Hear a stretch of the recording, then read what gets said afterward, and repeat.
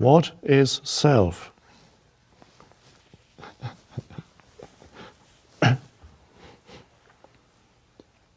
Now I notice that it's spelled with a capital S. I don't know whether it's a mistake or on purpose.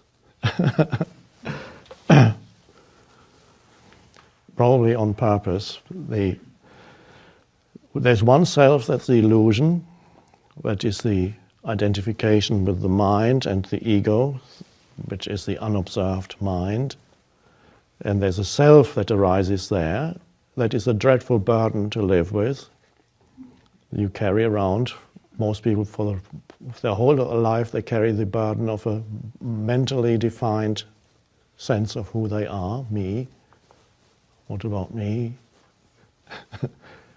That's the little self, the illusory self. And that's the self that most people refer to when they say I. But I potentially has a deeper meaning and is the deepest word, perhaps we could say, in the language.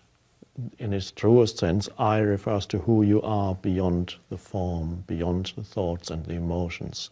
You as the consciousness is the self. Now the self has no form, you cannot grasp it, you cannot see it, you cannot really define it. You can never say, ah, there it is. Because who is saying that? You are the consciousness, the perceiving, you are it. You can never see it as an object external to yourself. It's the essence. You are not what is seen, you are the seeing. You are the consciousness behind the seeing. You are not what you hear, you're the consciousness behind what you hear. So it's never, this is what Jesus said when he used the term the kingdom of heaven or the kingdom of God. He said in one of the Gospels, the kingdom of heaven does not come with signs to be observed. You cannot say, ah, here it is, or ah, it's over there. It's a free translation, more or less, that's what he said. And of course, what do Christians do? They're waiting for the kingdom of heaven to arrive. When they've been told, you won't be able to see it. You can't say, ah, there it is. It does not come with signs to be observed. Literally, he said that. And I'm sure that's one of the...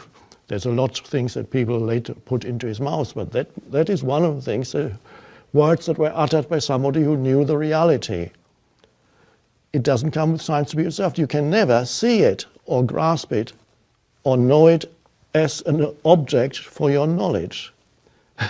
Because you essentially are it as the consciousness that perceives, the consciousness behind your thinking, behind your emotions, behind your perceptions, behind your experiences, the very light of the world. Another thing he said, he not only said, Jesus, I am the light of the world, he said also, you are the light of the world.